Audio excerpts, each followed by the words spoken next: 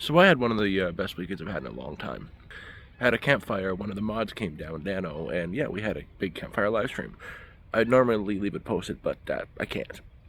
So I figured it would be, nice for me to make a video for the people who may have missed it or wanted to watch the live stream when it was posted, and explaining why it's not posted, and explain everything you guys missed, because honestly it was a wild one.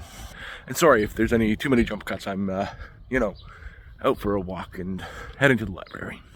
I actually spent a few hours that day collecting wood before Dan got there, because he came from quite far away. We went down there, got there, and set everything up for the fire. Took about us a half an hour to get it started. We did that on live. It was a really rainy day for the last few days, and it snowed out. It snowed out on Saturday. It was snowing, so everything was wet. Got it going. Him and I were chatting with a chat, and this random guy shows up, and he asks us, "Are you guys here for a meetup?" I'm like, "No." He was waiting for some friends or something to do a meetup at the fire pit, and I'm like, "Oh no, this is going to be an interesting one." And just before that, a woman had walked behind us. I didn't even notice her. Dan did. He waved to her, said hello, and she kind of ignored him and kept going. So yeah, the kid, he wasn't really a kid. He was close to our age, like late 20s. I'm mid-30s. He was standing there hesitant to sit down, like he was kind of scared. So we told him, "Hey man, you can sit down, we don't bite." He did, and we talked a little bit. He seemed like a genuine, decent guy. He was just waiting for his people, and yeah, we told him, I felt bad for the guy because his friends weren't there, and I'm like, oh, man, I hope he didn't get stood up. But yeah, he was there for about a half an hour, and then that woman I just mentioned, she showed up. And she sat down and started talking, and everything was okay, like it was normal conversation. It's just, then the guy's friends started to show up. That's when things got weird. Now, there's a dozen reasons why I had to take the video down, that I can't keep it up. The first one being the music. There was a group of about 9-10 people that showed up. They brought a boombox and were playing copyright strike videos, music. So that had to stay down, which is a shame because there were some really good parts of the fire. Like one of the, I'm going to say kids, but they were young adults walking around the fire with lighter fluid, like going nuts, just spraying the entire bottle in there, and it was a nice show. But what really made it so I had to take the video down was because of that random woman that showed up. First, the whole thing is, all you could hear is her talking. You could tell she was a narcissist. At the time, I was, oblivious about it. I can be kind of naive and trusting. I should have been reading the chat because the chat was going wild.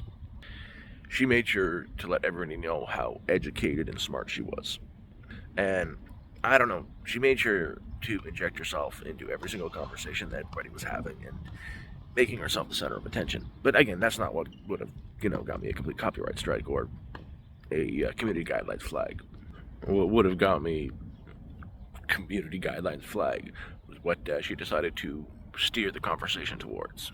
She decided it was appropriate to talk to a bunch of strangers about her intimate life from age 10 years old to 36. I could have muted all the music playing and I would have been fine. But the second she started that, there's no way that video can go up. I would not only, lose my channel, completely lose my channel, and never be able to make it again. That would have been bad. But it gets further, so that group of people didn't stay too long. They left at like 12 o'clock, 1 o'clock in the morning. They didn't stay that long, so it was nice when they left. She stayed. Now, she made everybody know that she's about her education, so we knew what she did. She was a psychoanalyst or something to do. She's like a head shrinker, but not a licensed therapist, so she thinks she is, but she isn't. Again, she was a narcissist. And I'm a dumb and trusting idiot. And I'm very fortunate Dan was there with me because she decided to sit down beside me and psychoanalyze me. If I could have posted the chat, everybody in the chats were just screaming, Dan, do something, because they could see it. And there was, at the time, a good 20-30 people in the chat. And again, it's going wild. She tried to psychoanalyze me and get into my head, and she was doing it. Dan got rid of her. Dan, I appreciate you, man. He stood up and scared the crap out of her, got her to leave. And then we just, when they left, it went back to, just him and I had the fire for a couple more hours until my phone started to die because the heat got to it, it wasn't charging. The rest of the night was a great night. We ended up staying at that spot until lunchtime the next day. We even kept the fire going until, I'd say, 11 o'clock in the afternoon or morning, whatever you want to call it. And at the end, like, it was burnt out, and I kept going. We'd get more, a little bit of sticks and leaves and whatnot, and yeah, that's why it's not posted. And it was a really good time too, so that sucks that I can't post it, but it is what it is. And thanks for at least watching this video, and now y'all know. Hopefully, if you're new, you leave a like and join the channel. Bye now.